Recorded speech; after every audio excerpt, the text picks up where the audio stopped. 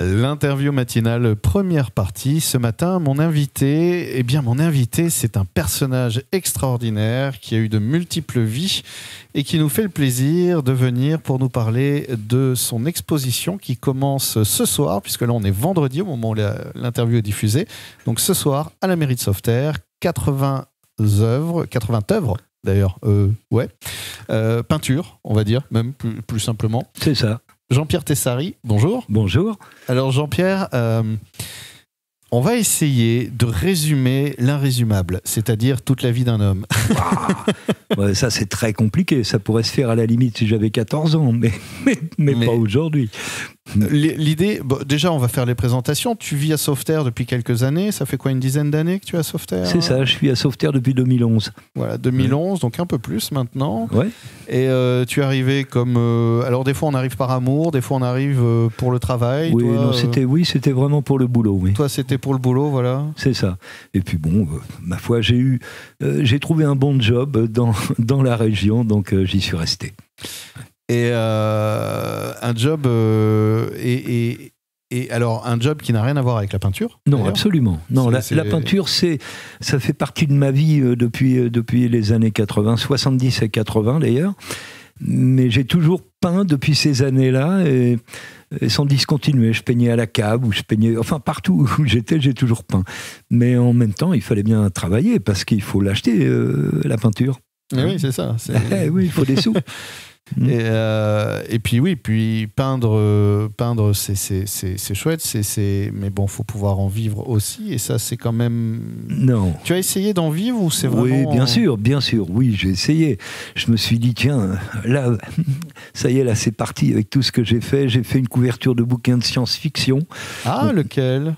C'était de chez De Noël, ouais. Un auteur anglais, puisque j'ai eu le manuscrit en anglais qui s'appelait Rudy Rucker, et qui s'appelait le Master of Space and Time, donc le maître du temps et de l'espace. Et donc j'ai réalisé la couverture de livre en 86, oui c'est ça. D'accord. Voilà, donc là j'ai touché un petit peu de sous et puis on m'a rendu l'original, mais vivre de sa peinture, à l'heure actuelle, ça me paraît compliqué. Maintenant, avec tout ce que j'ai fait, il est possible que je puisse commencer à y penser sérieusement. Ouais. Oui, c'est justement cette proposition pour illustrer la couverture d'un livre de science-fiction, ça me paraît extrêmement pertinent. Quand on voit tes œuvres, tu m'en parlais, toi tu es fan de Druillet en fait, entre autres. Oui, voilà. Oui. Qui, pour ceux qui ne le connaissent pas, est-ce que tu peux parler un peu de qui est ce monsieur immense de la bande dessinée, au moins? Ah oui, enfin, il a réalisé des œuvres que moi je dirais magistrales, on va dire, dans la bande dessinée. On va dire un peu de science-fiction, quelque chose comme ça.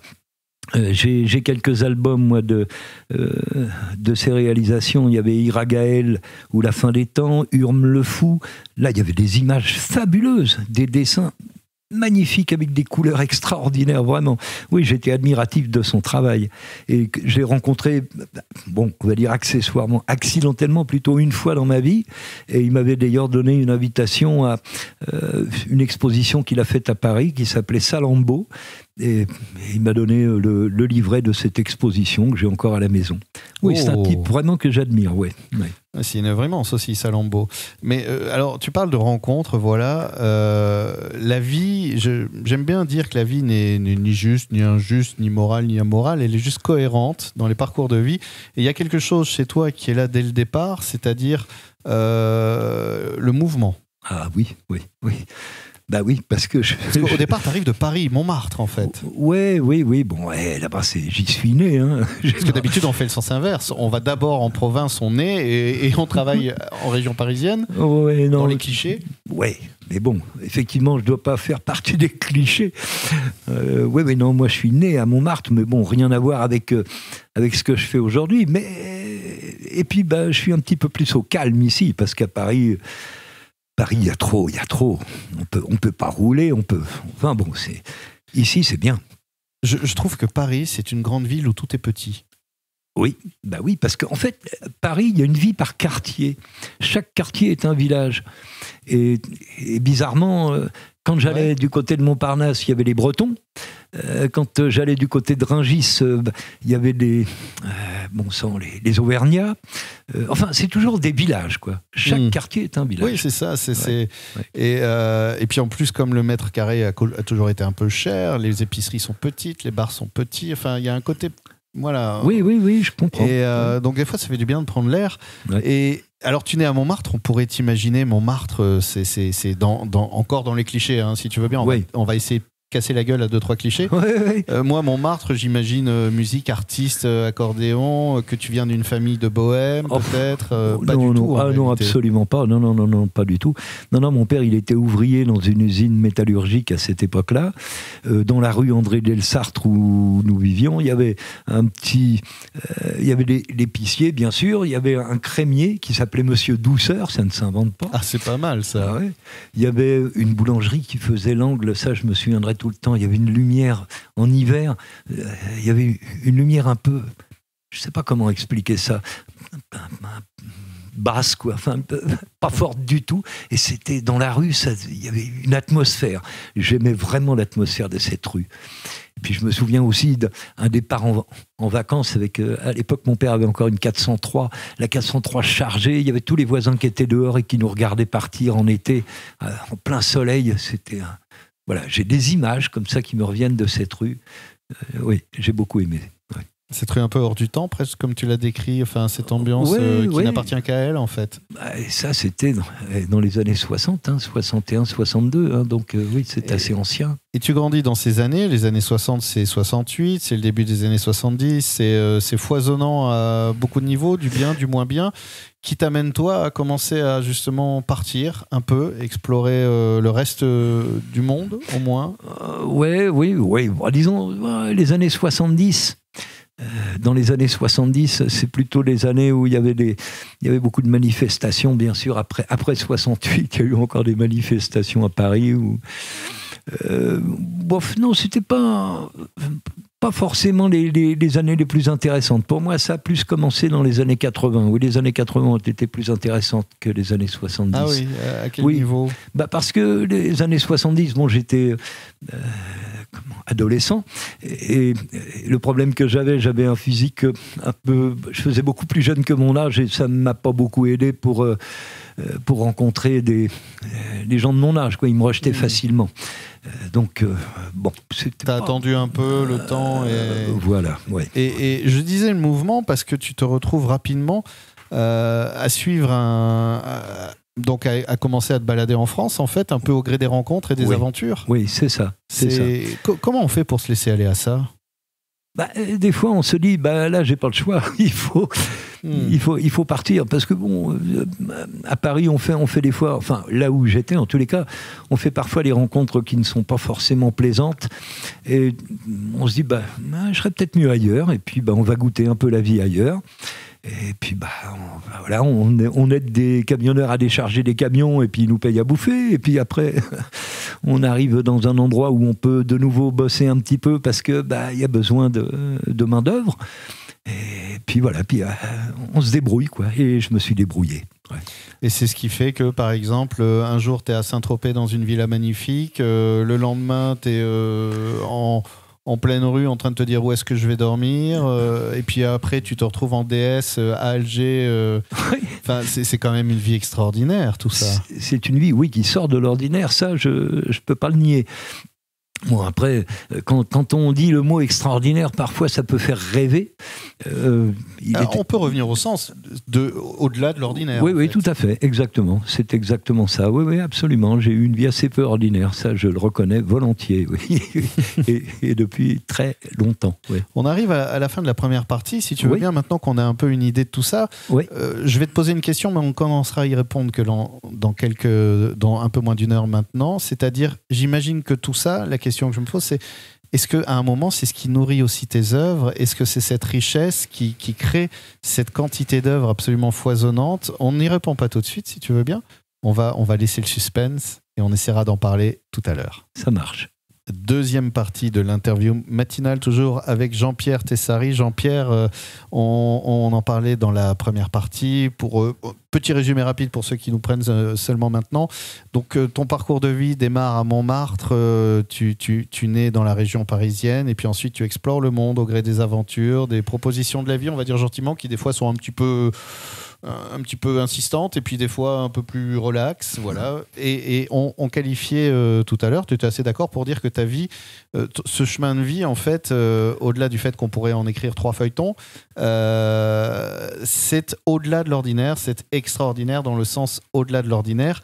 Et quand on voit tes œuvres, on retrouve un peu ça, c'est-à-dire tu peins à la bombe avec des caches. Et on parlait de Druillet tout à l'heure. Pour ceux qui ont la ref, même tout l'univers un peu métal hurlant de ces couleurs complètement foisonnantes, étranges, qui se situent à la marge de 2 couleurs. Est-ce que aujourd'hui, dans ce que tu crées, tu sens que tout ce parcours t'a inspiré ou c'est vraiment 2 choses différentes ? Je dirais que ça m'a forcément inspiré. La vie est inspirante en elle-même. On ne peut que suivre ce qu'on est et ce qu'on devient. Ça me semble inévitable. Et pour chacun d'entre nous, c'est différent. Mais pour moi, oui, bien sûr, ma vie a été remplie de tas de choses, et ce qui fait que mes peintures sont pleines de tas de choses. Ouais, c'est à peu près tout ce que je peux en dire. Vraiment, j'aurais du mal à faire la corrélation, ou la relation plutôt entre les 2 éléments, mais pour moi, ça va de soi. T'as pas eu des périodes rouges, bleues, vert, jaune Ah non. Par contre, il m'arrivait de me réveiller avec l'idée d'une couleur, ou de m'endormir avec l'idée d'une couleur, et ça voulait dire que dans les 2 ou 3 jours, forcément, j'allais me remettre à peindre, parce que j'ai eu des périodes au cours desquelles je n'avais rien, quoi. Pas du tout l'envie de peindre, rien. Et puis après, je m'endormais avec une idée de couleur. Et au bout de 2 jours, 3 jours, j'y allais. Et j'allais d'abord avec cette couleur. Donc je regardais tous les fonds que j'avais préparés depuis X temps, sur lesquels il manquait cette couleur, et je commençais par cette couleur, et puis ensuite, de nouveau, je repeignais. J'allais demander justement si c'est la couleur ou la forme qui invite l'autre sur la table. En tout cas, là, il y a cette idée, voilà, c'est une couleur qui émerge, une envie, c'est une émotion en fait, presque. Il y a des gens qui entendent la musique en couleur. Oui. Toi, finalement, voilà, c'est ça, c'est que la couleur parle de quelque chose. Certainement. Et vient un peu... exprimer. C'est difficile de parler de l'art, je trouve, parce que je pars du principe que quand on exprime quelque chose sous forme artistique, c'est qu'on a des difficultés à l'exprimer avec des mots ou avec des... Oui, non, en fait, moi je pense savoir m'exprimer avec des mots. C'est pas vraiment la gêne. Non, la peinture, c'est quelque chose qui me détend, mais c'est phénoménal. Je suis bien quand je peins. J'aime, dans ces moments-là, j'aime le calme, j'entends juste les bruits extérieurs et je peins. Et je suis bien. Mais, je ne peux pas expliquer ça, c'est vraiment une sensation de bien-être. Une espèce de bulle de bonheur. De bien-être. De bien-être, voilà. Ouais. Bon, donc moi je suis ravi de continuer à faire ça parce que j'aime être bien, quoi, comme beaucoup de gens, hein. On l'espère tous trouver un... Oui, c'est un peu une quête qu'on a tous, plus ou moins. Voilà, c'est ça, c'est ça. Et de trouver l'outil qui va nous permettre de travailler notre bien-être. Exactement. Et moi, j'ai trouvé celui-là. C'est la peinture. Oui. La peinture qu'on peut voir donc en ce moment, donc à partir de ce soir, il y a le vernissage. Yes. Voilà, oui. C'est à la mairie de Sauveterre. Oui. Donc c'est 80 peintures. Oui, là, j'en ai mis que 80. Oui. Que 80. Oui, j'en ai 23 à Montségur en même temps. Oui, parce qu'il y a la petite galerie aussi, oui, c'est ça, à Montségur. Oui. Et que 80, alors je fais l'étonner, mais tu disais, tu as combien, plus de 1000 œuvres chez toi ? Oui, si je compte tous les formats et tout, je suis à peu près dans les 1600 peintures en tout, quoi. Et dessins. Tu as acheté combien de châteaux pour stocker tout ça ? Mes placards sont pleins, mon garage est plein, ma camionnette est pleine, j'en ai par terre dans la chambre d'amis, j'en ai par terre dans le salon, j'en ai... tout n'est pas sur châssis, hein, tout n'est pas... Parce que je pourrais pas, quoi. Ouais. Oui, non, c'est énorme. Tu peins en ce moment ? Là, ça fait une semaine là, que pour l'instant, je ne peins plus, mais j'ai peint là... depuis mai, je n'avais pas arrêté jusqu'à fin octobre. Et j'en ai fait vraiment Énormément. Parlons de ta technique. Donc, toi, ce que tu aimes, c'est la gouache. Non, c'est pas vrai en fait. Ah, du tout, non. Ah non, mais bon, aujourd'hui, j'ai dû passer à la peinture acrylique en 98 parce que là où j'habitais à l'époque, j'étais installé dans l'Oise, je peignais à la cave dans un petit bloc de 3 étages et j'ai eu des plaintes à cause des odeurs de la peinture en bombe. Ouais. Voilà. Parce que c'est vrai que peinture en aérosol, ça sent fort. Et donc, j'ai eu des plaintes, on m'a demandé d'arrêter, j'ai dû passer à la peinture acrylique. Donc, il a fallu que je réapprenne les mélanges, qui ne sont pas du tout les mêmes. On n'a pas du tout les mêmes coloris. Bon. Mais j'ai appris de nouvelles choses, et maintenant, j'associe les deux, puisque maintenant, je vis dans une petite maison avec un extérieur. Donc, à l'extérieur, je peux bomber, et à l'intérieur, je fais l'acrylique. Donc maintenant je mélange tout. Tu mélanges les deux oui, je fais le fond en acrylique. D'accord. Et après avec le pochoir, je peux bomber. Et puis après j'entoure avec à la plume, à l'encre ou avec ce qui donne ces différentes textures alors du coup. Absolument.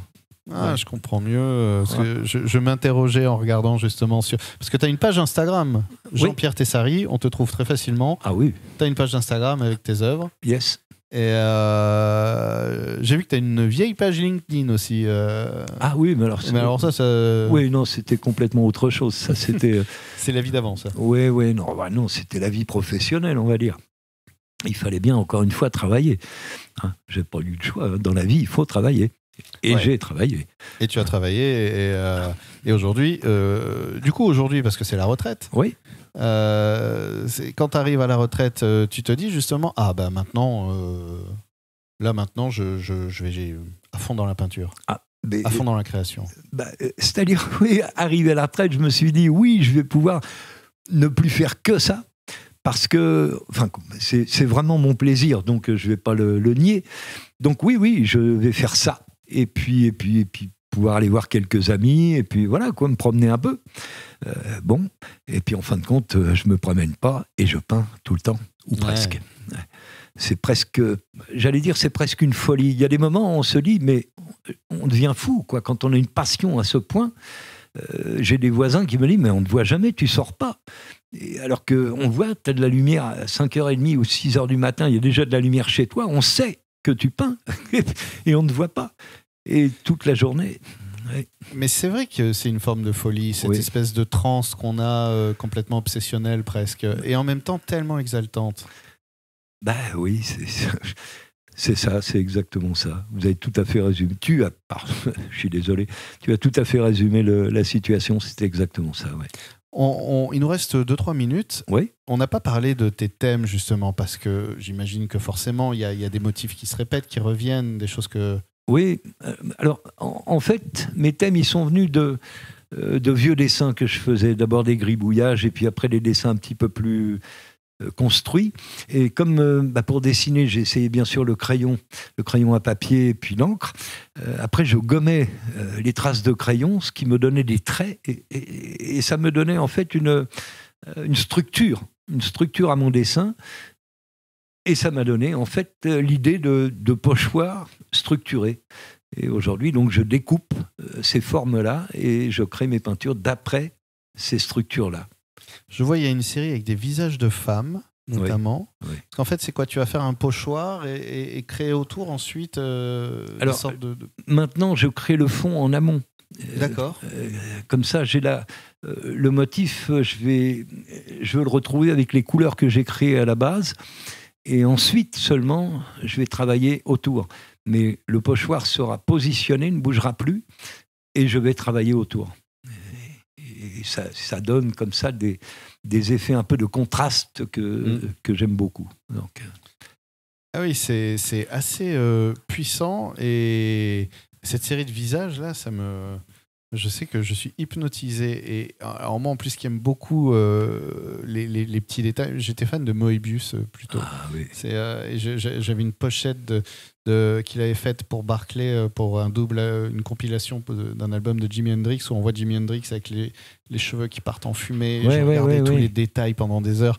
Tu vois, quand je vois, alors c'est pas très radiophonique, mais quand je vois cette œuvre, par exemple, j'ai envie de me perdre dedans et de venir m'engouffrer calmement dans la proposition. Ça d'ailleurs, c'est une toile, c'est un 40-50, 54. Oui. Et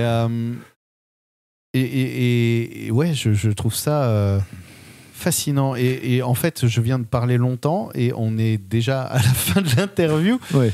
Donc tu vois, j'ai été capté alors que je suis juste allé sur Instagram. Donc je te remercie. ça me fait vraiment plaisir. Mais quand tu vas aller voir au réel... Et parce que rien ne vaut le réel. Absolument. Exactement. Ah oui, vraiment. Et vous pouvez avoir des émotions insoupçonnées quand vous vous trouvez immergé comme ça dans une œuvre. Et je vous invite donc vraiment à, dès ce soir, vous présenter au vernissage, te rencontrer, par exemple, aussi, et boire un coup aussi, raisonnablement. Et donc, c'est à la mairie de Sauveterre de Guyenne ou à la Petite Galerie à Montségur. Absolument. Aussi, on peut voir tes œuvres. Jusqu'au 17 novembre à la Petite Galerie. Et jusqu'à quelle date pour Sauveterre ? Ici, c'est jusqu'au le 3 décembre, je dois tout enlever, mais c'est noté jusqu'au 30 décembre officiel. 30 novembre, pardon, officiellement. Pardon. Donc, au moins le mois de novembre pour explorer ton univers. Oui. Eh ben, merci beaucoup, Jean-Pierre. Eh ben, c'est moi, vraiment. C'était très sympa. Ouais.